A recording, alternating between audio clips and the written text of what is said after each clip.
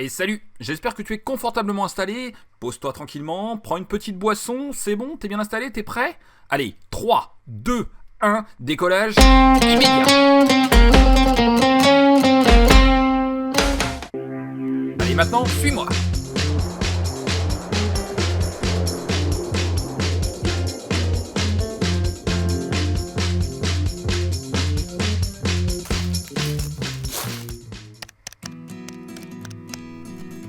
Hey salut Mimimaker, j'espère que tu vas bien. Aujourd'hui on se retrouve pour une nouvelle vidéo les amis, où je vais tout simplement vous présenter cet objet. Alors qu'est-ce que c'est que cet objet? C'est tout simplement une petite perceuse à main. Voilà, donc l'avantage de cette perceuse c'est que vous pouvez l'emmener vraiment partout avec vous. Il n'y a pas besoin d'avoir de l'électricité à proximité, pas besoin d'emmener une batterie non plus. C'est vraiment très pratique et en plus vous pouvez la faire vous-même et ça c'est vraiment le top. Ici on retrouve tout simplement la deuxième partie de cette mini perceuse. Donc on peut voir que la pièce est designée en forme de spirale à l'intérieur. Et autour, on peut voir qu'il y a tout simplement des petits carrés avec des petits traits. Alors c'est tout simplement pour avoir une très bonne accroche. Ici, une deuxième petite bague. Donc à l'intérieur, il y a un petit pas de vis. Et autour, comme vous pouvez le voir, elle est designée de telle façon qu'il y a des petits crans. Ces petits crans, c'est aussi, et bien entendu, pour avoir une très bonne accroche au niveau des doigts quand vous allez venir serrer tout ça.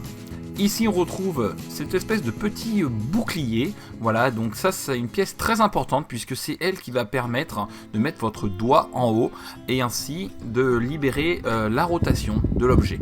Voilà, vous allez comprendre un petit peu plus loin comment ça fonctionne. Donc ici on peut voir cette première partie, on prend cette petite bague, on vient la glisser à l'intérieur et vous allez comprendre tout de suite l'utilité de cette bague, regardez bien, elle va glisser et vraiment sur cette spirale tout simplement et permettre de former la rotation de l'objet et ainsi de faire tourner tout simplement le petit forêt que voici. Donc bien entendu il existe différentes tailles, je vous mets le lien pour pouvoir imprimer cet objet juste en dessous dans la description. Donc il existe différentes tailles en fonction bien entendu du diamètre de votre forêt. Donc il est très important de bien regarder avant d'imprimer la taille de votre forêt.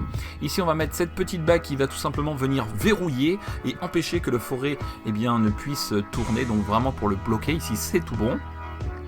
Et bien entendu on va mettre une pièce importante, tout simplement ce petit bouclier qu'on va venir mettre ici. Alors il faut appuyer un petit peu fort pour que ça rentre, voilà, là c'est parfait, le tour est joué, voilà.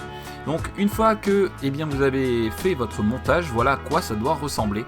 Donc on peut voir vraiment le petit forêt, ici vous avez la première bague de serrage, ici la bague pour la rotation et au bout bien entendu le petit bouclier qui est juste là où vous venez mettre votre pouce.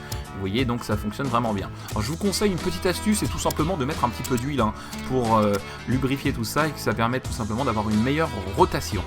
Voilà, donc ici on va tout simplement se munir de ce petit morceau d'écorce, donc c'est une écorce de chêne, voilà, et on va essayer de la percer avec cette petite perceuse. Alors je vais essayer de me mettre au niveau du sol, sinon je pense que je vais un petit peu galérer si je reste dans cette position. Voilà, donc il faut faire un mouvement ici de haut en bas, voilà, et mettre le pouce bien entendu pour continuer, et ainsi vous pouvez voir en accéléré ce que ça donne. Et voici, après 5 minutes de dur labeur, j'ai réussi à percer cette écorce. Alors bien entendu, si vous avez l'œil, vous avez remarqué que ce n'est pas un forêt à bois que j'avais pris, parce que malheureusement j'avais que celui-ci sous la main.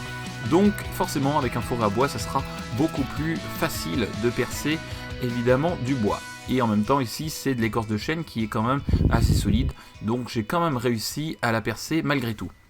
Voilà, donc j'espère en tout cas que ce petit objet vous aura plu. N'oublie pas de laisser un petit pouce si tu aimais cette vidéo. N'oublie pas de t'abonner juste en dessous si c'est pas encore fait pour faire partie de notre grande famille que sont les makers.